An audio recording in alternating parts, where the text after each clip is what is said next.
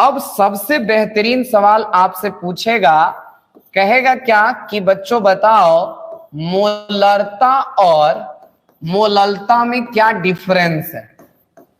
ठीक है ना, पूछेगा कि मोलरता और मोललता में अंतर लिखें, ऐसे करके पूछेगा कि what is the difference between molarity and molality, दोनों में डिफरेंस आपसे पूछेगा।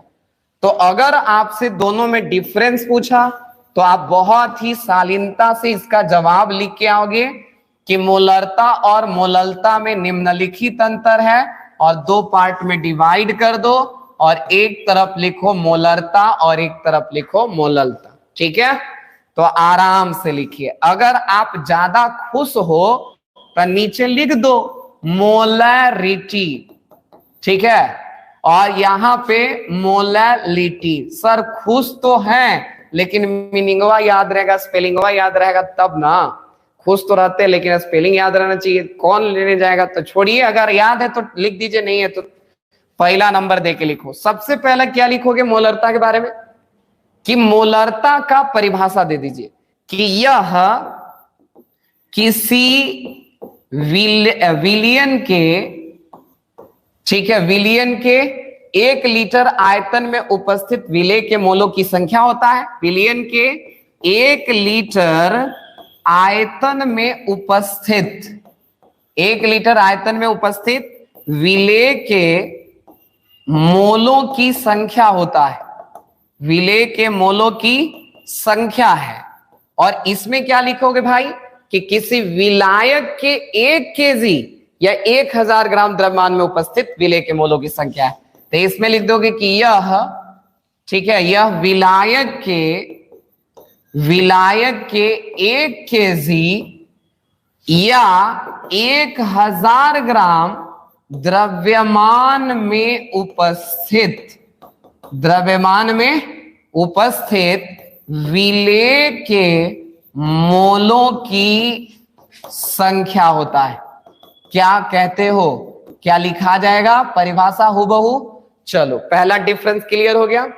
दूसरा डिफरेंस आप क्या बोलोगे, दूसरा डिफरेंस क्या बोलोगे, मात्रक। दूसरा डिफरेंस क्या बोलेंगे, मात्रक। तो मात्रक बोलेंगे क्या कि मोलरता का मात्रक क्या होता है। तो मोलरता का जो मात्रक होता है वह मोल लीटर इनवर्स होता है। और बताओ इसका मात्रक क्या होता है। तो दूसरा नंबर में लिखेंगे कि मोललता का जो मात्रक होता है, मोललता का मात्रक मोल केजी इनवर्स होता है। हो जाएगा, दो डिफरेंस तो आराम से लिख लेंगे। चलिए तीसरा डिफरेंस क्या लिखोगे बच्चों, तीसरा लिखोगे कि बताओ इस पर ताप का प्रभाव है कि नहीं। मोलरता पर बिल्कुल है, तो कहेंगे कि मोलरता ताप बढ़ाने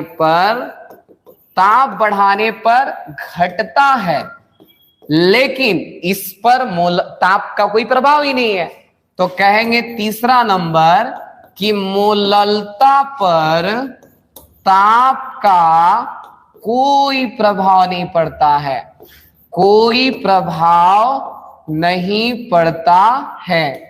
ठीक है, टेम्परेचर से इंडिपेंडेंट है, ये डिपेंडेंट होता है। नंबर 4 कहोगे कि इसमें विलयन का आयतन लिया जाता है और इसमें विलायक का द्रव्यमान। हालांकि ये कोई मूल अंतर है नहीं, लेकिन अगर 5 नंबर में पूछ ले बिहार बोर्ड तो आपको उसी तरह के जवाब भी लिख के आने। चौथा नंबर दे दो कि इसमें, ठीक है, इसमें विलयन का आयतन लिया जाता है, आयतन लिया जाता है। और इसमें क्या लिया जाता है बच्चों, विलायक का द्रव्यमान लिया जाता है। तो लिख देंगे कि इसमें विलायक का क्या द्रव्यमान लिया जाता है, विलायक का द्रव्यमान लिया जाता है। और मुसीबत में हो तो आप लोग इसी को लिख दो 5वां नंबर कि एकदम नहीं आ रहा है, कुछ नहीं आ रहा है, तो ये वो जरूर आएगा। पहला लिख के जरूर बैठा रहोगे कि इसे, ठीक है, इसे बड़की एम द्वारा, हाँ यही तो सर हम लोगों के लायक अंतर है ना, यही सबके लायक तो हम लोग बहुत परफेक्ट है। इसे बड़की एम द्वारा सूचित किया जाता है, और इसने इसने पांचों रहता तो मजा आ जाता है कि नहीं। इसे बड़की एम द्वारा सूचित किया जाता है, और इसे किसके द्वारा, छोटी एम द्वारा सूचित किया जाता है। क्या 5 डिफरेंस चिपका दोगे? मेन डिफरेंस 3 था, ये चौथा पचमा जो है, ठीक है, वो समझ जाओ कि मगनिया में दिया गया है।